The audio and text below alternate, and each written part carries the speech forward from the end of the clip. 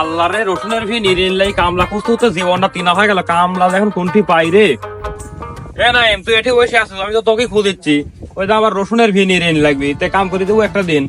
ভাই কাম তো করে দেবো নি, কিন্তু আমার একটা শীতের মধ্যে শর্ত আছে। কাম করবো টেকা লেবু, এটা আবার কিসের শর্ত? তুই ক কি শর্ত শুনি।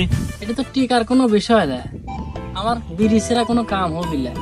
বিড়ি দেবে কাম কাজ সেই হওয়া হবে, আর বিড়ি না দিলাম ফিটকা করে। বাবা বাবা তোতারা কলি কি, তুই তো একবার প্রকৃত বিড়ি খোর। আচ্ছা যাই হোক, কামের লার দরকার আমার। ওই বিড়ি টেনশন লিস না, তুই ভরপুর বিড়ি পাই দাওনি। বিড়ি গিলবো আর কাম করবো। রসুনের ভিড়টা ভালো করে নিড়িয়ে দিস, যাতে ঘাস টাস না থাকে। আর ওই যে আমার জমি কি চিনিস, ওই যে তোর হচ্ছে শস্যের ক্ষেতের নিচে, ঠিক আছে?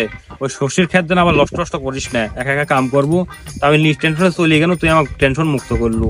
তো সকাল সকাল যায় ওই শস্যের ক্ষেতের নিচের যে জমিটা আছে, ওইটা আমার জমি।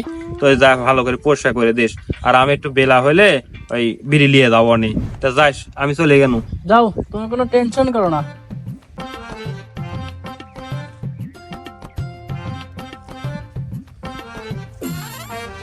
শুরু করে দি, এটাই আলামিনের ভিত। বিসমিল্লাহ বলে শুরু করে চলে আসবি নি।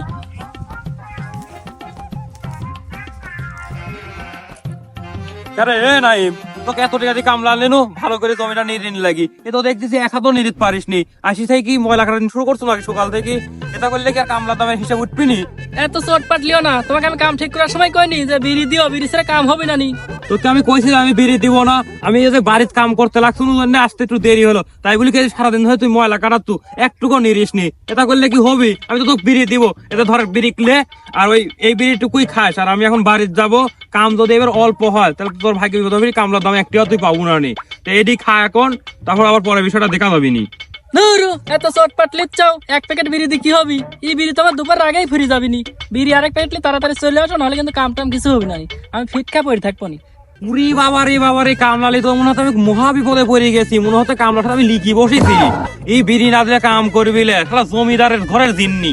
শুনে এই যে এক প্যাকেট বিড়ি দিছি, টেকা এত আমুদ আলে যে দোকান ভরিয়ে আসি, তোর মুখের পর আমি বিড়ি ছুরি মারবার তোকে দিয়ে কাম করাই লিব। খাদনার সা বাজনা বেশি পড়ে যাবি। এক প্যাকেট দিছি, এই যে হাত পালাই এখন কামে করে।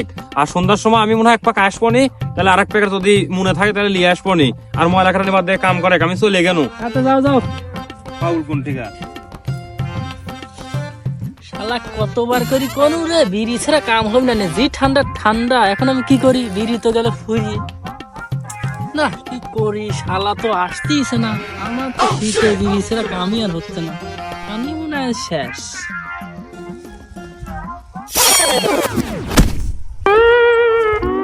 শালা কি কামলা ঠিক করেছি রে, বিড়ি ছিরা একটু কাম করে না। এখন তো কতখানি কাম করলো আল্লাহ জানে। যা একটু দেখি তো ভালো করি।